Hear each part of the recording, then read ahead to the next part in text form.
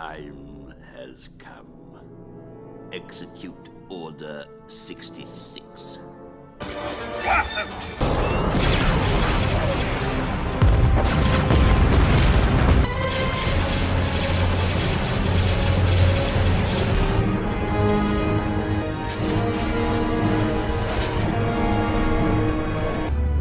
Those born of Mandalore strayed away from the path. Eventually, the Imperial interlopers destroyed all that we knew and loved in the Night of 1,000 Tears. It's well hidden and unstable. One blast to any part of it will destroy the entire station.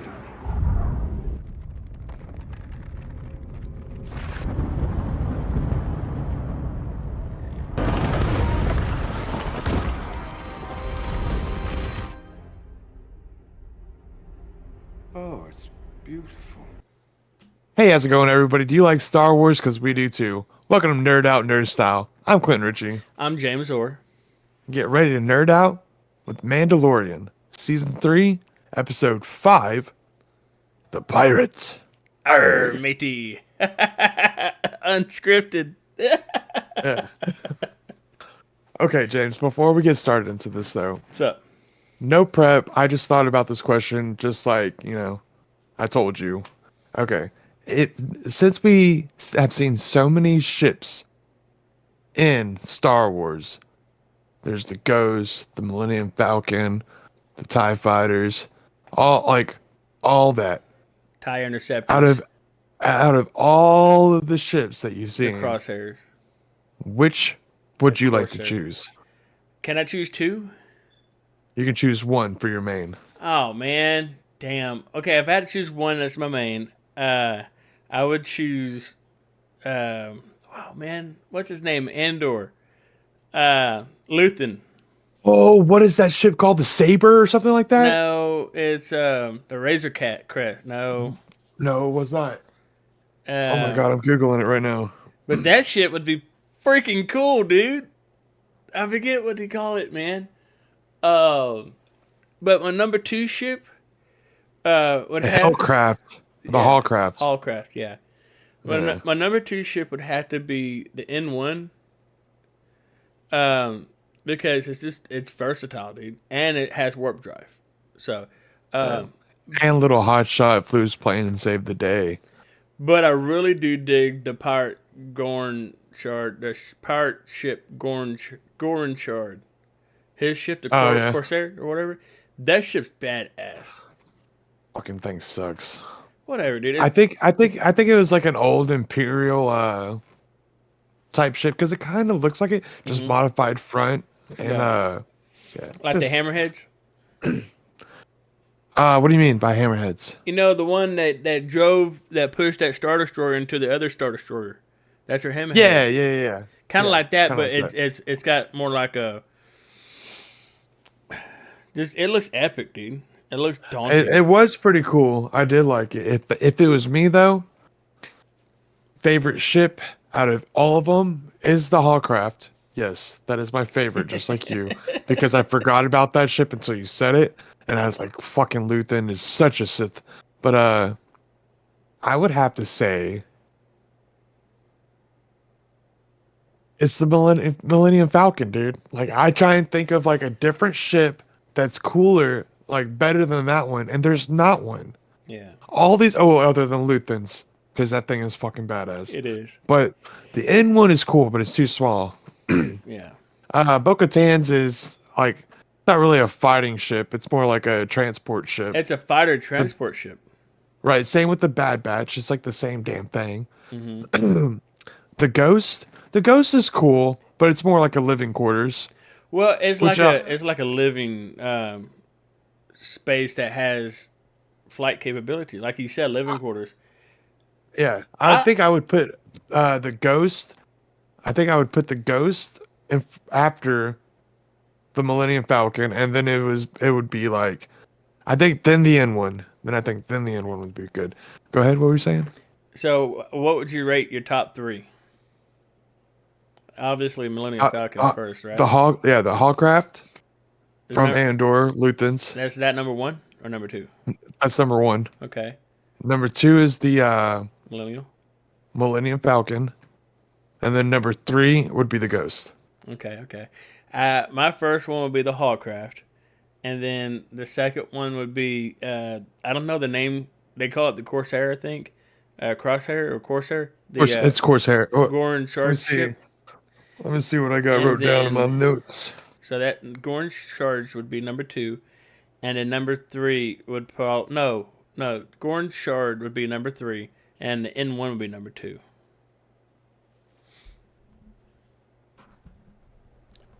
Yeah, I just turned up my mic. I noticed my level's a little down. Dang, I have to turn it up kind of high to match yours. But yeah, that's too loud. No, shoot, sorry, fellas. The Ladies, Corsair. gents. Corsair, yeah. Corsair. Yeah, Corsair. Okay. Well, yeah, that'd be number 3 for me. Yeah, that's a cool shit, man. But like, I mean, it's huge. Now, okay, well, let's go ahead and get into this. Which it's still a cool ship. It's still a cool ship. I agree. But like, I meant like small travel ships, but it's fine. Just leisurely blowing shit up, slicing people in half. Dude, I can't believe like the shit that happened to his big ass ship. Oh, Pirate Gorn? Yeah, Gorn? but we'll get into that here in a minute. Yeah. For sure. It is All so right, epic. now this episode did start off. Hey, I got a on, recap. Do you want to do that? Yeah, I only got yeah. a partial recap because the rest Yeah, of it we yeah, already go seen. ahead. Go ahead. It's about Moff Gideon, right? Yeah. So we got the recap here. Vizsla, where did you come upon the dark saber? Din says, I defeated Moff Gideon. Paz says, did you kill him? Din said no, but he was sent off to the New Republic for interrogation, and he will face justice for his crimes. Paz said, death would have been justice for his atrocities. And then my thoughts behind that is the recap, the part that I didn't discuss just now, is the fact that in the scene where it shows Mando asking Karga, hey, is there a problem here? And then it shows him immediately shooting the pirates, right? Well, it made him show that Din Djarin shot first, not the pirates. So I didn't like that. But other than that... Just like Han Solo didn't shoot first. Yeah, on Greedo. Yeah, I gotcha. George Lucas. Damn you. Still making edits after the fact. Yeah, if anybody is wondering, in the original cut, Han Solo Han Solo is the only one that shoots. Greedo doesn't even shoot. He changed it to where they shoot at the same time. Then they've changed it to where Greedo shoots first. But in the original cut, Greedo doesn't even shoot. Han just kills that dude. Yeah. So this one starts off. It's on Navarro. Kriega is talking about moving the trade district over to the shipping terminal. I'm guessing to make it a little bit easier to ship stuff, to put stuff on board or something. I'm gonna guess. I don't know. While he's talking about the rail spurs, because they need the rail spurs to be able to move a lot of cargo that they're going to be moving today. A pirate ship shows up. And he gets a call, or as he's telling the protocol droid to evacuate the city, he gets a call from Gregorian Shard. Mm-hmm. Gregorian Shard then says, he says, Karga speaks and says, yes, who am I talking to? Or Gregorian Shard or something like that. Gregorian Shard then says, sounds like Grief Karga, guild master of the Navarro Hunters. The Navarro Hunters is the guild that he used to run. But all I see is a pampered nobleman dressed like a pomp for his wedding feast. Now, I don't know what a pomp is, but I guess it's an insult. Yeah. Karga tells him, don't mistake my hospitality, because Karga or Gregorian Shard ends up telling him like he's taking all these people doing something, blah blah blah. He says, don't take my hospitality for weakness. Shard says, that's what you call it, gunning down my men or my helmsmen in cold blood. Karga responds, he shot first. Dun dun dun. Shard replies, "Now I will shoot first." Karga asks if he thinks that's a good idea, considering they're under the protection of the New Republic. Shard says, "My charts indicate that you have not joined the New Republic, that you're still an independent planet." And Moff Gideon no longer has control over this planet. Because back then, Moff Gideon actually had control whenever he was doing the Hunters Guild and stuff like that. Karga tells him, these spin words patrol all the time. They're going to catch you if you're going to come over here. We can send a message to them. They're going to get to the New Republic. And Shard tells him, he starts to laugh. Tells him, you can't bluff your way out of this one. This isn't Sabak.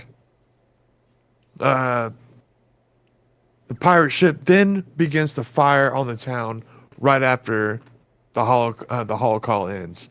Starts blasting down. Boom, boom, boom. Everybody starts to run, freaking out, right? Because they got bombs coming down pretty much.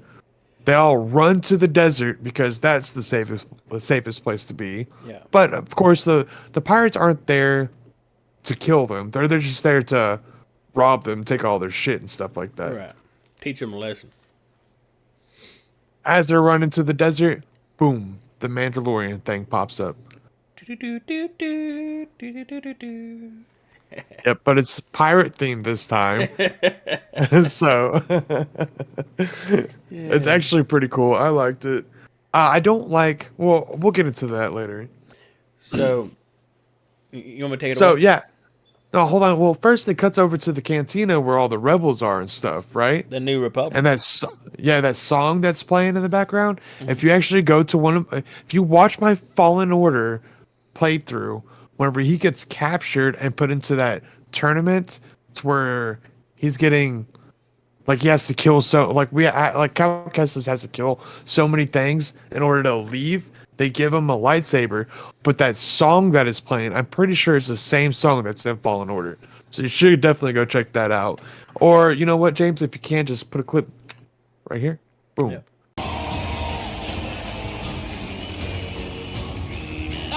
Finally, he arrives. We had action. Done. And you'll hear the song, same song. All right, go ahead. So, they come up to I put down Rebel Base, but I forgot it's a New Republic. And the base's name is not said till later, but it's called Adelphi Base. And we see the cantina, and we see the barkeep, and Captain Teva comes up, and she says, "Hey, you got a holocall." And you're like, "Can I borrow your transmission, your transceiver or whatever, your holocall pad thing?" I didn't write it down, okay? So, No, you're good. anyways, and she's like, "Yeah, sure." And it's Grief Karga. And he's saying, "Hey, I know you said one time if I need you, I can call you. I don't make this call lightly, but I need your help. I need you to come help me out of a pirate Gorin shards siege on my planet. Please help." And so he Zeb, this big blue hairy feature of a guy, walks up and says, "Man, that guy was really having down on his luck times, ain't he?" No, he didn't say that. If you don't know who Zeb is, go watch freaking Rebels. You see this guy? This guy right here? Mm-hmm. That's Zeb. You will know this if you watched Rebels. They put him in live action. He's And pretty. you know what? pretty I awesome heard character. that they cast Ezra. I heard that they cast Sabine. I never heard that they cast fucking Zeb.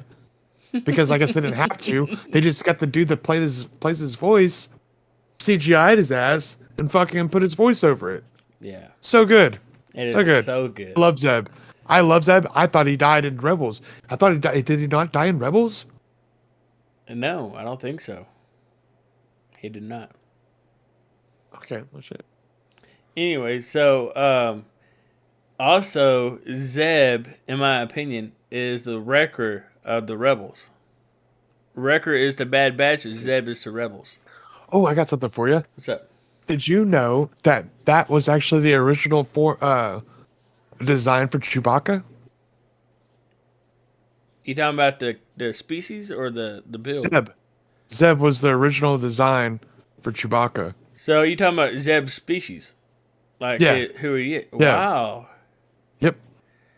And badass. Let me say something else real quick, y'all. Zeb has like a badass Zen like monk master / Jedi master moment trying to find their new homeworld. I'm speechless. That was. It's that stupid stick. Yeah. Well, I guess he was linked to it, Right. and he could sense through the Force or something. It was weird. If you like Star Wars and you can tolerate cartoons and Star, I used Even to if you thought it was can't- bad, but it's so good. Yeah, well, that's the thing with that kind of animation. It kind of like grows on you. Right. It's But not like super good to begin with, but that after you watch it a while, it just grows on you. that Like the Bad Batch. episode and that scene, okay, is basically a nerdgasm. Like it is mind-blowingly good. I'm having one. It's working. It's working. It's working.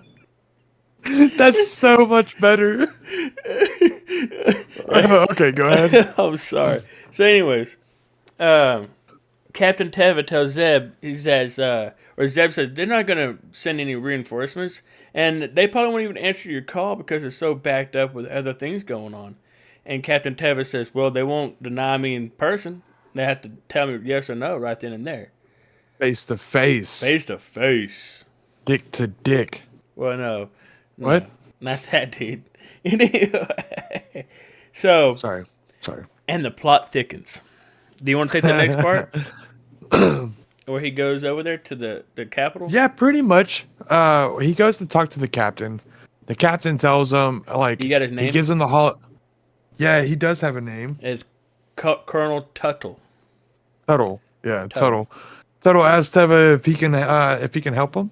He says Who? something about. I'd never heard of that planet before. Yeah, he's asking him if he tells him the stuff about that's going on in Navarro. He tells him it's being attacked by. When he goes, here, just look at this, and he goes in the hologram, and he plays the hologram, and he sees that Carva pops up asking for the New Republic's assistance. This is actually, we hear a little bit about it. He cuts it off early. He says, I've seen all I need to know. I can tell that this is a dire situation. But right about that time, Kane comes in. He goes, what? Elia Kane? Yeah, Elia Kane. Officer G68 off the... Yeah, Elia Kane. She comes in. Sorry, I thought you meant like Kane, like Bane or Bane. I'm like, what the Kane. fuck? No, Kane comes in. Elia Kane, she comes in, and he tells her, You've been to the Outer Rim. Do you know about this planet Navarro? But she used to work for Moff Gideon, so of course she's heard it. She tells him yes, but they have not signed the peace treaty to become part of the New Republic yet. And he goes, sorry, I can't help you pretty much. He goes, what do you mean? We can't go and help these people? They need our help. He goes, well, see, the thing is we got more planets that are actually signed with the New Republic that we got to go help out instead. And we're backed up. Yeah, and we're backed up. That's what Zed told him too. Anyways, did you notice Captain Teva, Carson Teva's, when he glanced over at G68, Kane, her badge right there on her chest, and he was like he knew something was kind of... Well, he knows that that's the that one episode. What were they keep on calling him? The rehabilitated? Yeah, they kept on calling him a certain name. Yeah. And he knew that she was one of them because that's what that little sign means. Yeah. That's why he looked at her, and whenever they said, she goes, well, no offense, sir, but I think they should find out like what it means to actually join the New Republic pretty much the hard way. Yeah. And he goes, that's the way an Imperial would think. Yeah. Go ahead. See, okay, obviously Moff Gideon, and the time of his reign on Navarro, was after the fall of the Empire, where the New Republic picks up. Okay, I get that and I understand it, but during episode or season 1 of Mandalorian, it didn't dawn on me that the New Republic was in existence at that time. I thought it was a transitional period between the Empire and the New Republic. That's because 7, 8, and 9 fucked up and they didn't tell you a good story. Right. They didn't give us the guts. They gave us Yeah. like a fucking They 30 gave us years gap. literally. They gave us 10, 11, and 12 instead of making 7, 8, and 9. Is what happened. Yeah. If you really want to get down and technical, that's what happened. Big old gap, which like George Lucas did, but he went back and made 1, 2, and 3 to fill everything in. That's simple. You made 10. Would just go back and change it like George Lucas did. You made 10, 11, and 9, or 10, 11, 12. What if Well, what if they do that? That would And be they nice. get good. I'd be happy. But I feel like what they're doing is they're taking all these little series that Yeah. they're doing and they're going to try and explain everything to everybody. But the people that actually it's not going to make sense in the movies if you don't watch all the TV shows. Right. And that's where they're fucking up. Hey, did you hear about? I know it's off topic, and I'm sorry, but did you hear about that guy that took the whole Obi-Wan series and made it a movie? He Yeah, it's cut like it and 2 re-edited. hours long, 2.5 hours long. I don't know heard who it's done really it. good. I have not watched it yet. But he also reshot some scenes.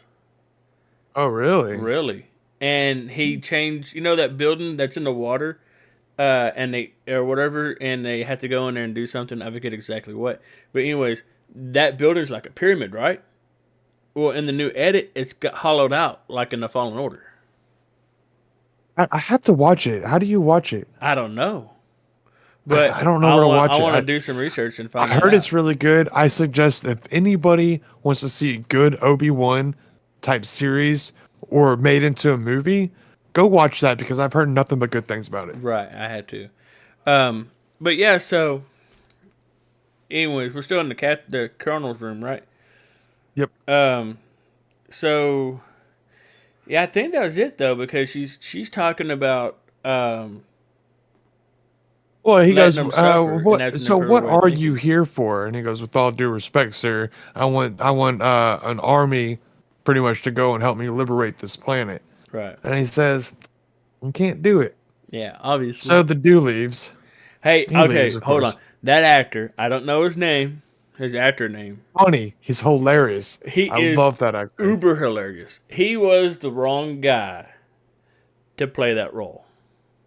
Well, we don't know that. Not yet. But if you're trying for a serious guy, that is the wrong dude. Yeah, he looked like a dude that just didn't give a shit. Like, Because "Ah, every well." time I watched him twice, right? Every time I watched him, I was like, all I could see, even though he's a straight faced dude, right? In this This is the scene, guy from all I could see is like that's all I could see the whole time, dude. It's just him smiling, laughing, cutting up. the movie that pops in my head is that Walk Hard movie. I think it's called Walk Hard. Walk Hard. But With Dewey. but like when the first of the movie first of that scene Hurry, walk, where he's all like hurry, going through walk. files. Oh, And get the him to the robot- Greek. Is actually what I'm thinking of. Yeah. Sorry, And go that, ahead. and that robot comes up and he's like, I got more files or more chips. And like, don't put it there. I got places or something. And he's looking at the robot like, and the robot's like, and he's like, fuck you. Yeah, a lot of people they say that people that don't like the droids are like bad people. People Oh. that don't look at droids like humans. Right. So there's that. Teva also goes on to say that something big is on, or something as big is coming on down the road. Something big is on, and by the time something we see something it, big is it'll be too happening. late. Yeah, something big is happening. And before you have time to do anything about it, it'll be too late, pretty much. Yeah. Thank you. There you go. The next scene is real simple and easy. Karga finds a safe place for his townspeople, like in a camp, like a cave or whatever. And they're like, "Well, who's coming? How long will we be here?" It's pretty much like a cove, or not like a cove, but just like a dip in the sand because they were out in the open. Well, that cave was against the wall. Was there a cave? Mm-hmm. I didn't see it. I thought I saw one. No, I just saw him standing on a rock in like a hole. Damn. Tells him that help is on the way. I have contacted the New Republic, and they are sending help. Yeah. You can trust me. But I know daddy. and luckily that he was right, but he was wrong. Right. The New Republic wasn't going to go help him, Yeah. but Teva was, Hell yeah. and that's all that mattered. And he goes and he finds the Mandalorians. Mm-hmm. How? He tracks R5, because R5, I guess, ended up fighting with them in the. R5 as was Din Djarin on his quest to basically No, live in he was order. he was a rebel back in the day Right. for A New Hope and stuff like that. That's how he said it. Oh, well, I had somebody that would fight with me, that fought with me in the Rebel Alliance. Yeah. He goes, "Hello, R5." One of your people was in my alliance, and I was like, "What? The fuck? Where? How? Who could it be?" And then here comes R5 rolling through. I'm like, "You dirty I thought the bitch." same shit. Same shit. I was like, somebody was a bitch, and it joined up with the Mandos to try to help save their butts. But Yep. But yeah, man. I thought that was pretty funny. Paz comes out, right? And he says, Well, first, okay, go ahead. yeah, so Paz came out at first when he got there and he's like, I came to tell y'all, give you some news, something, whatever. And Paz says, clear out, Blue Boy. And I Yeah. said, what the fuck is Blue Boy? Well, okay, actual cops nowadays, like they're blue. Mm-hmm. You know, that's what they say. But like this is the fucking Mandalorian. This is in a galaxy far, far away. Mm-hmm. It's not even close to us. No. So So, boys in blue was a slang term used to refer to police and officers both on the Coruscant security force and the Senate Guard.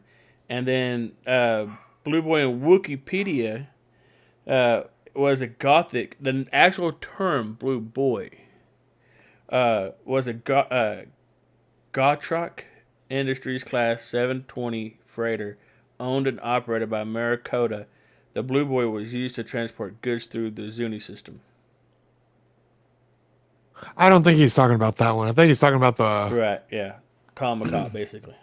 Yeah, he's calling him a cop. Because the other part don't make any damn sense. Yep. Tava then tells the Mandalorian, like, okay, I understand you want me gone, but do you want to go help your buddy Karga? And he goes, I got this hologram from him, and that he needs help. His planet's being attacked by pirates. The Gorian shards there. If they take it over, they're gonna make this place a new what's it called, pirate hangout. Yeah. New pirate base. Yeah, new pirate base. That's what it is. So he leaves. He gives them the holocron and a hologram. Holocron. Holocon's the little. Holocron is I think it's the pyramid. a Hologram. holocron is the. We'll call it a hologram. Either way. Then I think it's James. Take it away. All right, so Captain Teva goes ahead and takes off. Says, "Hey, by the way, I won't rat you out. I know you won't believe me, and y'all leave anyway. But I'm not gonna say shit about your covert being here." So, they all walk back inside, and Din Djarin has the hammer. Now, I'm assuming this is the first time we've seen this. I'm assuming whoever has the forger's hammer or the armorer's hammer, they have the floor. Basically, like having the mic. Yeah, it's So- the talking stick, like Indian culture. That and I really don't know if that's actual culture or not. I'm just that spitting. and like on what's it called? That damn cheerleading movie. The Bring it Spirit- on. Yeah, I think that's Yeah, the one. spirit stick. Yeah, the Spirit Stick. That's bad that we both know that movie. I mean, I'm a nerd, so I don't give a shit. So, okay. Din Djarin has a speech. He says, "Now many of you don't know Grief Karga, and those that do fought against him when you rescued me from this from his ambush many cycles ago.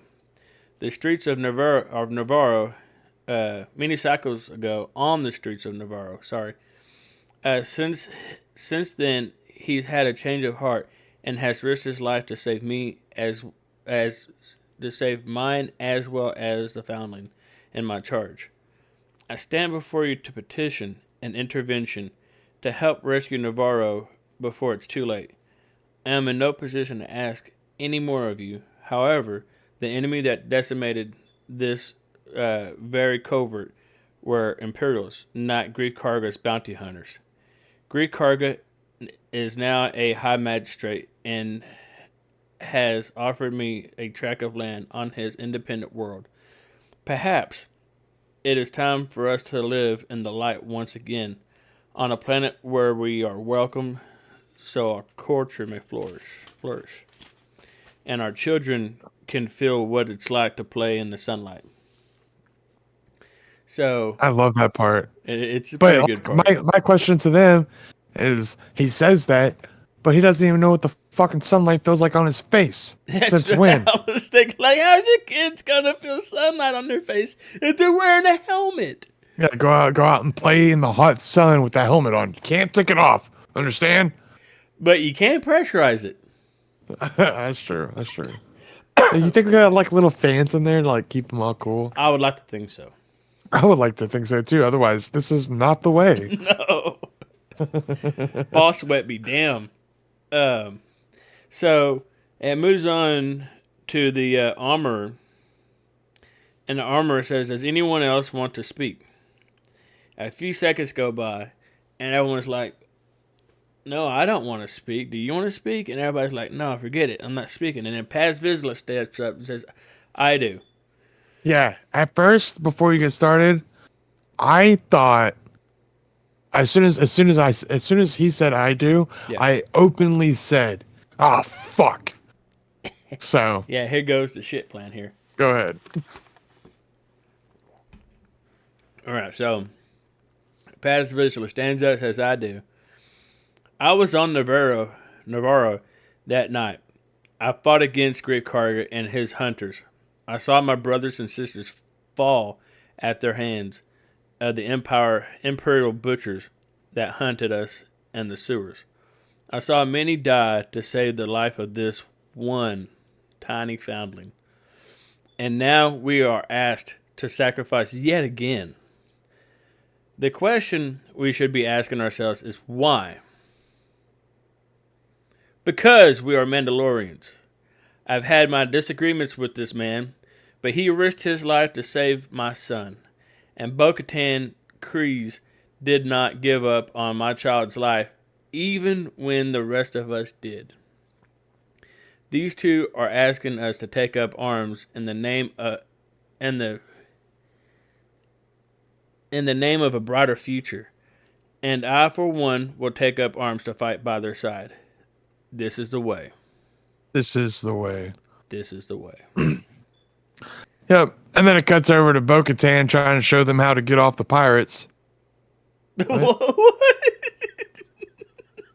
Sorry, to get the pirates off. Wait. To beat the pirates off. Oh, shit. Hold on. They're trying to run the pirates off the planet. There we go. Shit, sorry. I'm sorry. I'm She tells them a bunch of different tricks that they can do. They're gonna come in. They're gonna they can drop off some ground troops to take the ground while they take the skies and stuff like that. She goes through this little elaborate plan, which actually ends up working, if you ask me, because it cuts over and Gregorian Shard is sitting there talking some shit, pretty much. I don't know really what he's saying, but as he's saying something, Mando comes in and blasts the ship. Boom! And it's the Mandalorian. It's the Mandalorian, and they tell them to take up the gunwales, and then he tells them to send out the sub fighters. Yeah. Snub fighters. Snub fighters. There you go. So now it's Mandalorian against the gunwales and the snub fighters. Yeah. gun wells, if anybody's curious, are the little guns that flop down. I'm pretty sure, right? Right, yeah. And then the stun fighters are the ships that are going around. Well, No, go ahead. as he's shooting a couple of them, he gets like one down, maybe two, I think. Grief Karga's watching through some binoculars, pretty much. And he looks out and he goes, "Thanks for coming to our rescue there, Mando." And he goes, "No problem." He says something, and he goes, "But I'm just going to let you know, it's 10-1. Yeah. It's 10-1."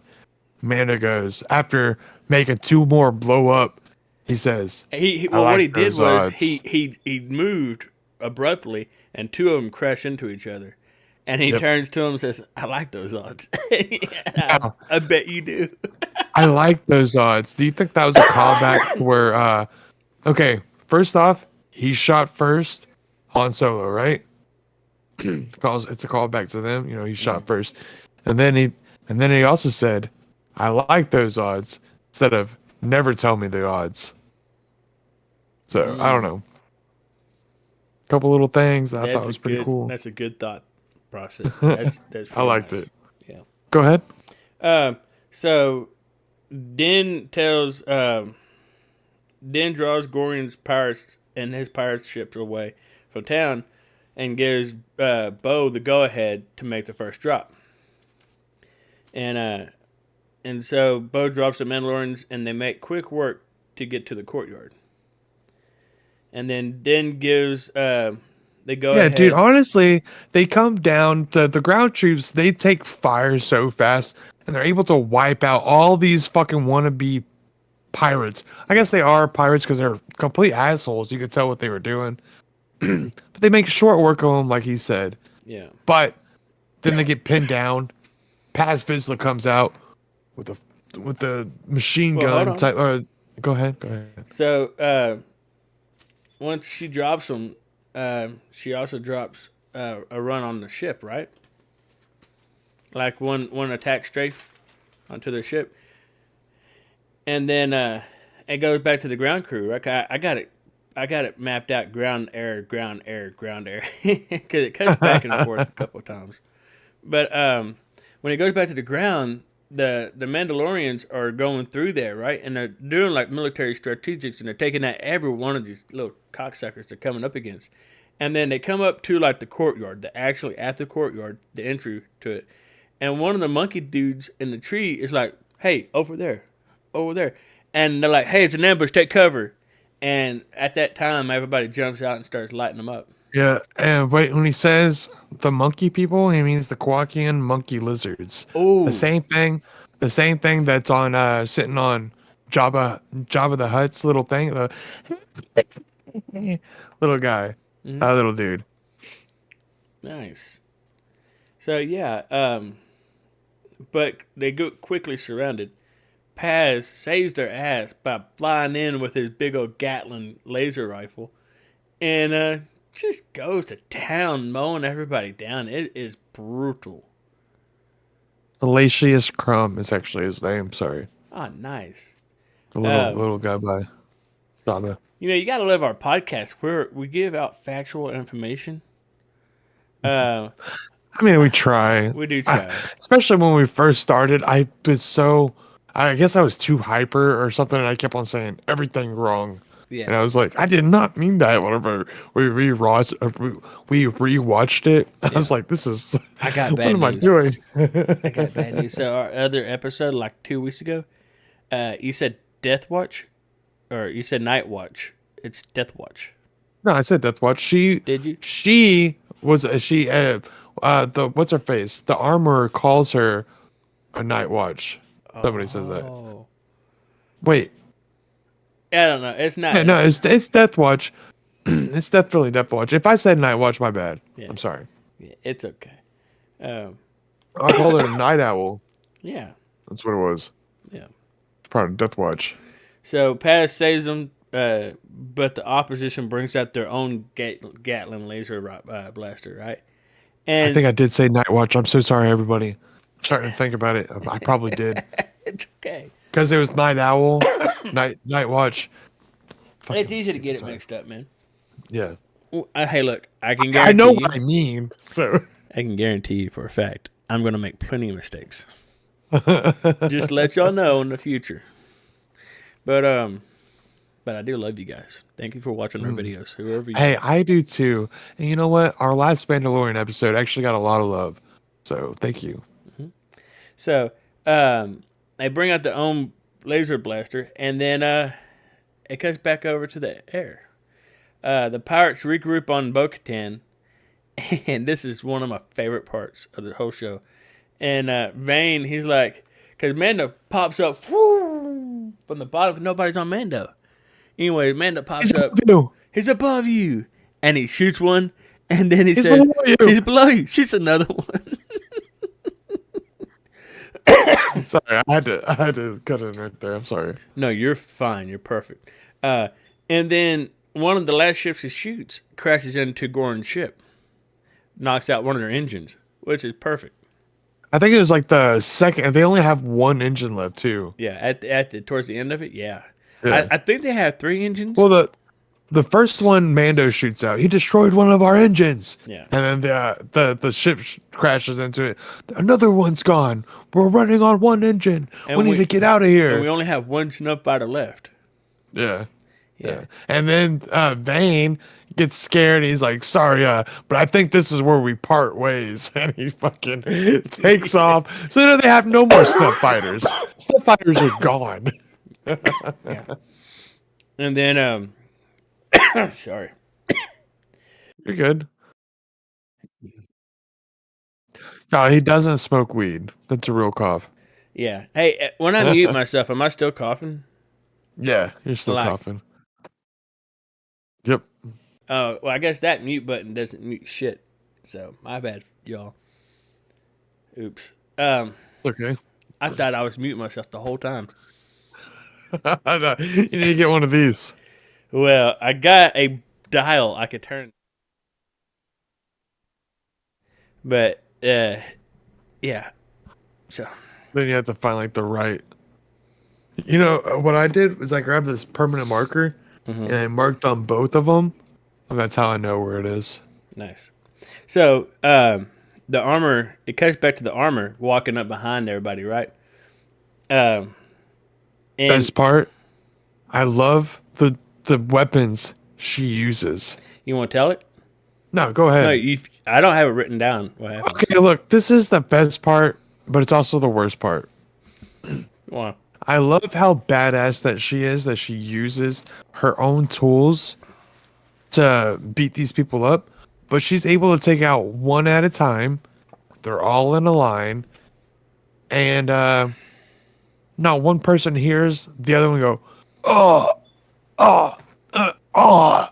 Not one person. I understand there's blaster fire going on, but the last 3 people, they were standing pretty dang close to each other, and not one person heard the other one get hit. Yeah. And it was just super weird. But it was also badass because the armor was using her forged weapons, and she fucking kicked some ass. So that was really cool too. I literally wrote down here, the hell am I at? The armor kicks ass in Karga's office. Oh yeah, and it was in Carter's office. Yeah. But the fact that she was able to kill all those, like, not kill them, take them out without not one person turning around and being like, "Hey guys, you know, this bitch is back here." Behind us, red alert. Sorry, that's Star Trek. Moving on. So, yeah, man. So she takes out a couple of dudes. Finally gets down to that. What's that species called? The guy on the Gatling gun. Trandoshan. Those are actually hunter species. They absolutely love to hunt. And they're assholes. Most of them are bad guys. I've never seen a good Trandoshan. Just saying. Yeah. So, but yeah, so they love to hunt. And she kills them. And then she's like, "Hey, guys." And the ground people are like, "Hey, secure, let's go. Move out." So, after that, they don't really chase them. But the rest of the pirates left in town, they run. They run to the outskirts and try to get away because the goobers and they jumped off the ship. You know, fly down, take your own little snub fighter. That way you have a ride out. But anyways, Yeah. Well, they were just down there fucking causing havoc to like the entire townspeople. right. They were just all assholes. But they do run out to the desert where Grief Karga's whole crew was running into town, and he puts up the gun and says, "Freeze, motherfucker." Do you feel The lucky? dude stops. What do you, punk? Do ya, punk? Go ahead. But anyway, so yeah. Um. So and it goes back to the air, and Vane takes off. Crew member tells Gorian that they're down to the last engine. We need to Talk retreat. about crew. Talk about crew member. Okay, I've seen the little pig guys, and like they're Hondo's little guys, right? Every single time they're pirates, of course. I've never seen an actual one that wasn't a pirate, but I love the fact that they look so good in the live action. Yeah, I thought they were just normal people. Oh, Mandalorian! I can get a lot for this on the black market. You didn't know that they were little pig guys from like Clone Wars and Rebels? I didn't look Remember at it whenever- that closely. Okay. Oh, really? Really, I'm gonna Okay, have well- to watch it again. Yeah. Whenever whenever the rebels first meet Hondo, and he's like got that ship, and then Right, he right, goes yeah. and saves like he doesn't mean to save the little pig guy, but he ends up saving the little pig guy. Yeah. That's like all the crew. He's also the on that same ship. one that helps them steal that cargo that's falling into that planet's atmosphere that they Yeah. put the tow cables on. Remember? Mm-hmm. Yeah, yeah. So anyway, And you know what was filling that cargo, right? yeah. Those little pig guys. And he got mad, but he was also happy. Yeah, I meant to save you, but he's actually trying to get all the treasure. Oh yeah, because they dumped the treasure and got in there to hide. Yeah, fuckers. So their crew member tells Gorian that they're down to the last engine, that they need to retreat.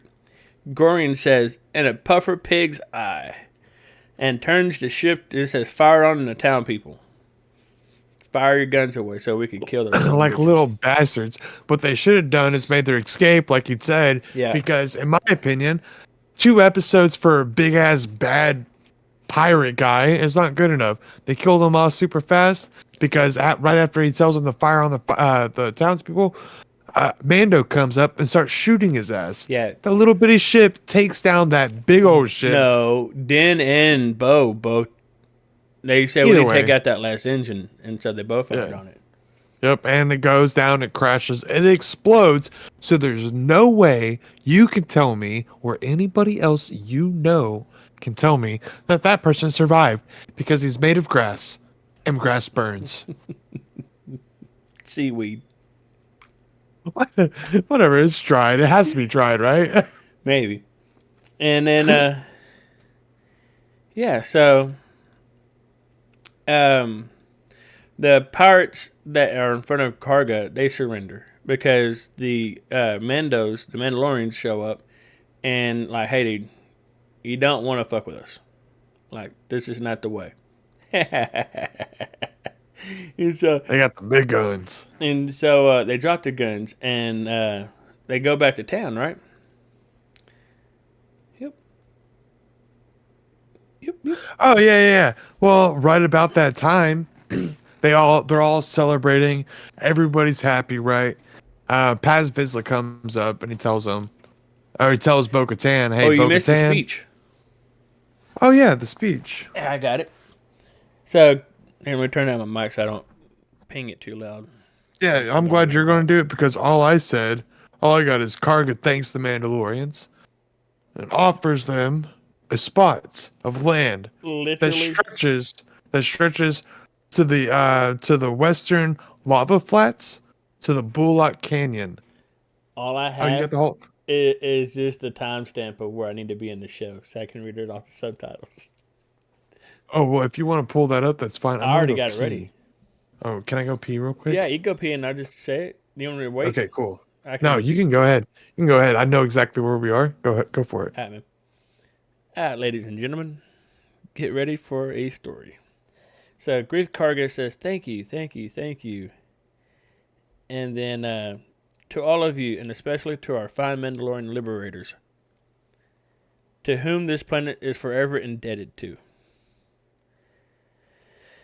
Mandalorians, I know that we have been on opposite sides in the past, but that is behind us. From this day forward, I, Magistrate Grief Karga, and then the droid says, "Hi, Magistrate, sir," and everybody laughs. "Hi, Magistrate Grief Karga. Hereby cede all land from the western lava flats to the bullet cannons to the fine people of Mandalore. You may no longer have a home planet, but you do now have a home." Hello there. And do you suffer from emotional stress? It's all Obi-Wan's fault. He's jealous. He's holding me back. Do you walk around all day feeling angry for no reason? No.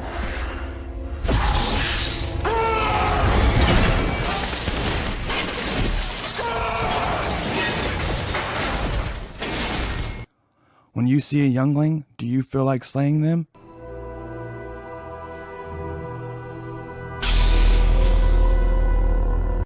Then you might be suffering from Sithitis. Take Jedi'd. Take Jedi'd once a day to keep the Sith at bay. Jedi'd. Paz Vizsla comes and talks to Bo-Katan and says, "The armorer wants to see you." So she shows up where the armorer is. Of course, the armorer is in the forge. She shows Bo-Katan the forge they had on Navarro. She then says, "I have been to the Great Forge on Mandalore." Bo-Katan says, "I remember it well." The armor describes it as large and ornate, and the air rang with the music of 100 hammers. And here stood a simple one, yet there were both forges. She says they shared the same purpose. She then looks Bo-Katan dead in the face and tells her to remove her helmet. Bo-Katan then questions this. At first, right? The armorer asks if she respects her station. Bo-Katan says, "I do," then removes her helmet. The armorer sees her face and says, "You are Mandalorian, no more." Dun dun dun. Just kidding. That's not what happened. She says, "Our people has strayed from the way, and it's not enough for a few to walk it." She says, "We must walk it together. All Mandalorians must walk it together. This is the way." This is the way. The armorer then says, "I was taught that the mythosaur existed only in legends."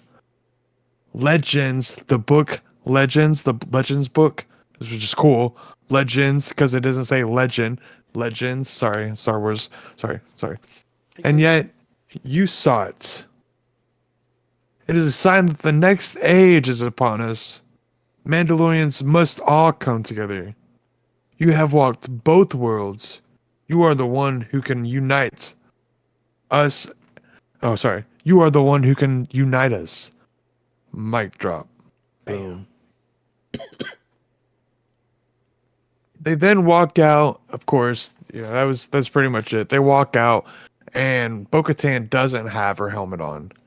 Everyone's freaking out, looking at her, doing the little whispers are going on. Do you think she ate her ass? I think they were making out for sure. You know what? I thought the armorer was going to walk out with her helmet, and that's why they weren't showing them at first. They just heard all the gasps and stuff like that. Yeah. I thought that the armorer was also going to. I was like, we finally get to see her face, but that's not what happened, and it was just Bo-Katan, and she tells them that Bo-Katan's going to go and find more Mandalorians that have been in exile and bring them to us. That she is the only one that can do this because she walks both worlds. As Vizsla then says, but she shows her face. Oh shit! Sorry, he says that before then, and then she says, but she walks both worlds. She will be the one to unite us. This is the way, pretty much. This is the way. That didn't actually get said. Oh. Everybody loves it. Do you think that they're going to come to a point in time where everybody can take off their helmet? I don't think so. Not even Mando? Really? But she's trying to unite all clans. Well, I think she's trying Make to them follow under one rule. Like the old ways. Bo-Katan's way. You think Bo-Katan is going to be like the new overseer kind of person? Like the new leader? Well, they said it's time we take back Mandalore. Do you think that they're going to be taking over Navarro and try and make that the new Mandalore? Or are they going to go back to Mandalore that's crystallized? Well, we know now and try and take that back. That Mandalore is safe. Yeah, it is safe. The Mythosaur is on Mandalore. Yep. So I feel like they're going to go back. And how I don't feel like Bo-Katan is going to end up writing it. I feel like it's going to be Grogu, like I've been saying. And I think that he's going to do it to save either Bo-Katan or they're going to both ride the Mythosaur back to save Mando at some point because Mando's going to get in some shit because he always gets in some shit. Yeah. I think Bo-Katan got told to remove her helmet because they now know that they can access the living waters. So to walk the way of the Creed, you just got to go take a bath. So, and all the other factions, they don't wear their helmet. So Bo-Katan Kryze needs to fit in with those clans. Yep. Yeah. And that was that's what I was meaning. Yeah. But she doesn't walk like she walks both ways. Right, yeah. And it's kind of funny because she looks really embarrassed when she's facing the rest of the townspeople. And they're like, she don't wear a mask. And she's like, I'm sorry, I didn't want to take it off. She walks both ways. Yeah. But so the next scene, right? Everybody thought this was the last part of the movie or the show. It was not. All right. And I was really surprised. I was hoping. Now, I know you thought this too, okay? Don't you freaking lie to me. I was really hoping that this was Ezra's ship. Yeah. And the Purgle dropped it right here. How the fuck did you know I thought that? Because that's what I thought. Because Zeb was in it. I think it's all because Zeb was in it. Yeah. And it would have been a perfect plug. It would have been the perfect plug. This is the way. Yeah. They bring Zeb in, and then Ezra's ship is found. That's what I was thinking. But no. It's worse. It wasn't. It's way worse. Yep. So he sends in a... Go ahead. So Captain Teva finds the New Republic transport ship. Okay, it's just floating. It's a derelict. So it's just floating. No power, no nothing. And reports it to Lieutenant Got a Reed. big ass hole in it too. Yep. Reports it to Lieutenant Reed. Says it was attacked, and launches a probe. And so the probe goes inside, finds dead bodies floating, and he says, "Hey, go ahead and run the numbers on the ship and see what it was." And he said it's a New Republic transport. But that's funny. All the files are classified. Yeah, he says that one has been reported stolen or missing. No, he said search for missing ships in the sector, and he said that's Moff Gideon's ship, the one that was. He said check the date, and he said yeah, that's the right time, the right date that it went missing. Yeah. Well, he says that one has been missing, but all the data on it is classified. Yeah. And then all that stuff got said afterwards. Yeah. So. So it's a classified information. Hold on, let me touch on this part real quick. Mm-hmm. So this has to be the New Republic hiding that information. Right. Because like nobody else can make it classified. Yes, it's a New Republic ship. Moff Gideon, big bad guy, was taken out, rescued because they said that it was invaded for a rescue mission for him, pretty much. Yeah. I don't really remember the exact words they used. You probably got it wrote down. But then the New Republic, someone other than, I'm going to guess, Kane, someone other than her, is setting something up in the New Republic. So they got more people on the inside. I do think so. she's Just part keep of that it. in mind. Oh yeah, she's got to be part of it, but Mm-hmm. I don't think she has. I don't think she can get on all the stuff and make it how it's supposed to be. Classified information. Yeah. She didn't make it that. Somebody higher up had to do something with the classified. What if it's that dude? What dude? Pershing, Dr. Pershing. Persing wouldn't have done it. Persing's like gone. He's I'm pretty deleting sure. files. No, he wasn't deleting files. Yeah, He was taking ID cards. He was deleting Imperial data. He was deleting Imperial data, but that wasn't an Imperial ship. It was a New Republic ship. Right. It wasn't him. It was not him. Okay. He's also like he got his head fried by Kane.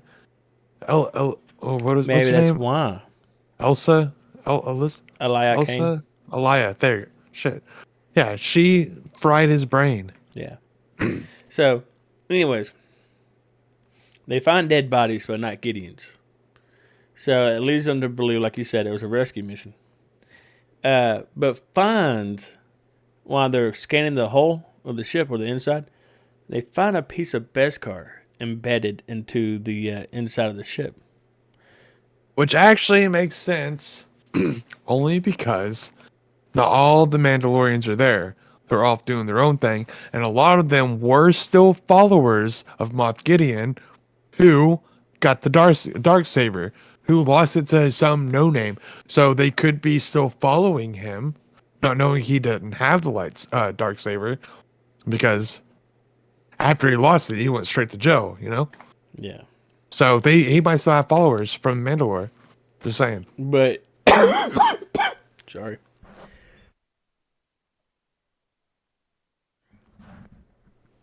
So, but they do. See, here's the thing I wanted to touch up on too. But when Teva goes to the covert and talks to them, and they said, "Well, what do you want us to do? We don't have ships."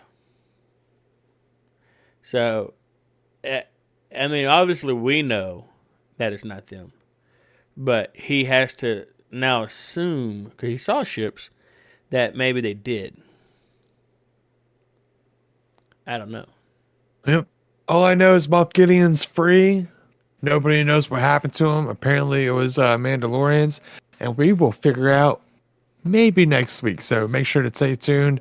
Make sure to watch the new Mandalorian episode that comes out every Wednesday. Every Wednesday until it's over. We got 4 episodes left. If you haven't seen all the other stuff, go check all that other stuff out and make sure to watch our stuff. But until then, James, what was your favorite part? Or least favorite? Least favorite part. Because that was the end of the episode. Sorry, everybody. Yeah, we just stopped on you like a cold turkey. Least favorite part is probably going to be, the least favorite part is not really a part, but it's Colonel Tuttle. Or Tuttle. I didn't like that part. I didn't like that they picked that guy to play that role. Because he's a comedic actor. As of right now, okay, we don't know his role later and what it will be, but if that's all there is of him, as of right now, that was the worst person to pick that role because he's so well known for being comic and comic relief. So it's not good. So that'd be my least favorite part. My least favorite part was the fact that I know I said this during the show, but I'm going to stick to it, is whenever the armor just beats all those people up with not one person noticing she was behind them, even though every single one of them is making noise and you can hear the bong whenever she hits them with the with the stuff, Yeah. with the hammer, with the forging hammer. I just didn't like that. If one person would have turned around, turned around and been like, "Oh," I would have been happy with it. But that's not what happened at all. Yeah, So makes sense. I guess I'll start with my favorite part. My favorite part is probably when Mando gets the snow fighters off of him and turns around to come back and try to help defend Bo-Katan.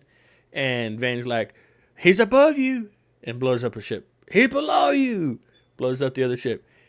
God, I hate this guy. that was a really good part. I do agree with that. That's probably my favorite part. My favorite part, honestly, I said this too. It's the same part that I hate because you got to see. Okay, this is my favorite part actually. It's just the fact that she uses her forging weapons or like forging tools as weapons because the armor and like it just fits. Like if that was a big old blacksmith dude and he didn't use a hammer, like what would you think? Yeah, I'd be like, dude, really? You got a hammer on you? You're gonna pick up a stick? You gonna pick up a sword or something? No, use that hammer. You're useless swinging it. Let's see it. Yeah, It's cool. I liked it. indeed. What would you rate this episode?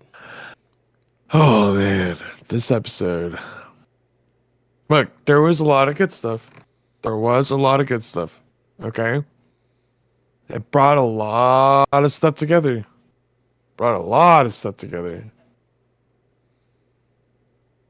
It left you on a cliffhanger, a nice cliffhanger, and I don't like the fact that Gregorian Shard apparently didn't mean anything, even though I heard that he was going to be like a main antagonist and like the Skeleton Key or Skeleton Crew, something that's coming out. Heard it from a few different people. So I mean, it's the fact that he's gone sucks. It brings it down a little bit because like that's like a whole thing out of the Mandalorian that I guess that didn't even matter, other than this one episode. I'm gonna give it an 8. I was thinking to myself between a 7.8 and 8.2, and then I thought, while he was talking, I'll just cut it down in half and give it a solid 8. And the reason it's 7.8 is because, like you said, there's a lot of things that got brought together, and it makes sense, and it's a good show. And then, but there's a few things on there I didn't like. I didn't like the actor playing Colonel Tuttle. I mean, he's a great actor. Okay, usually Phenomenal. but it's hilarious. But for that role, I can't help but see comic relief in something that's supposed to be a little bit more serious. Who knows? Maybe his part will shine through a little bit better in the next episodes. Hopefully, I'm praying on that. But at 8.2, for the reason that all the action. Okay, there's a lot of action. There's a lot of good sequences. A lot of gunfights. A lot of ships blowing up. The gunfights were kind of. They threw some bombs, like not even close to them, and they were like, "Oh," like some shots just were a little off.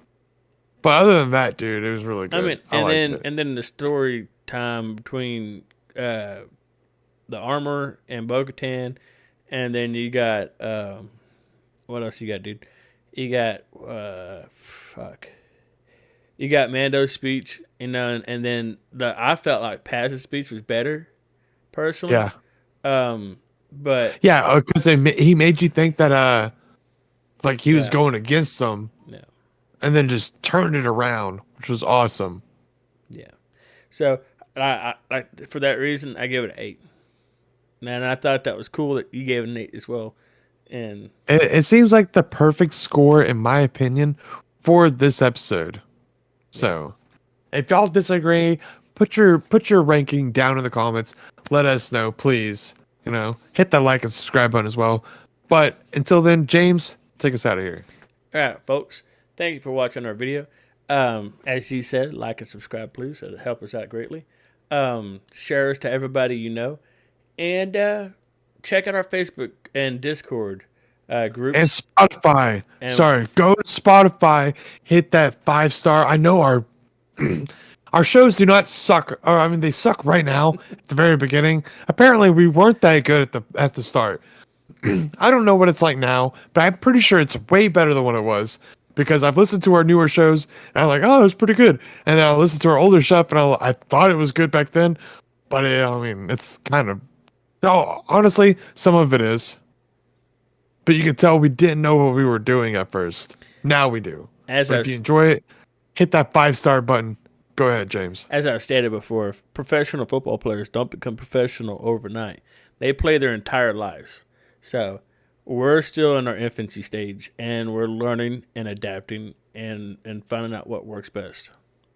So, Yep, I agree. I mean, I even have a mic now with a computer, a camera. Dude, I haven't a even light. gotten to the spot where your mic is showed up yet. Oh my goodness! You're not. You're still recording on a fucking phone, I think. Yeah. No, so I stepped up my game a little bit to help out with the quality of the entertainment. But yeah. So check us out on Anything and Everything Nerd Style. It's on Facebook and Discord, and we're also on Spotify. But if you watch us on YouTube, just stay on YouTube and just go to Spotify. Spotify has a nice feature where you can just lock your phone and just listen. I mean, if you want to see our pretty faces, you can do that too. It's okay. but yeah, other than that, man, check out our other videos. Our main podcast is on here as well, where we do movies, and the playlist is Anything and Everything Nerd Style. And right now we're currently in Nerd Out, and yeah, check it out. Also, I'm sorry, I do plan on doing more video game stuff. If you like that kind of content, I want to be adding some extra video game stuff. I've been playing Harry Potter, and I didn't. It's my fault. I should have recorded it. I should have put it up for y'all, but I freaking didn't. And I've got like hours that I've played. So I'm trying to finish that, and then I want to start something else. And then hopefully this weekend also, I'm going to be getting some Fortnite because I want to play some Fortnite this weekend. I honestly want to play some Fortnite. I want to record that shit, and it's going to go up on our my Shiz and Friends playlist. Yeah. Go ahead, James. Sorry. Also, I forgot to tell you, and I'm re-quitting O'Reilly's again, so I'll be able to get back on Monday uploads on my James Bond 007 GoldenEye. Oh, there you go. Yeah. There you go. Yeah. Hopefully I don't suck. We need to and make a we need to montage get some again. time to play some fucking Fortnite together. Oh, yeah. And maybe 2 more people that we can have like Maybe to run with us. If I'm not busy, I can pull some Saturday out of my butt. Saturday, dude, I'm free whenever you are to play, and I'm down. It's been a minute, but I'm fucking down. Bowie, I'm pretty sure will play with us. Yeah. So we got me, you, and Bowie. But yeah, I think that's it. I think that is it. All right. You make sure to hit that like and subscribe button like I already told you to. Comment down below. Follow us on everything like he said. And get the fuck out of here. Peace. Yeah, we finished it. Fucking I fucking love it, dude. Oh my God, that was a train wreck.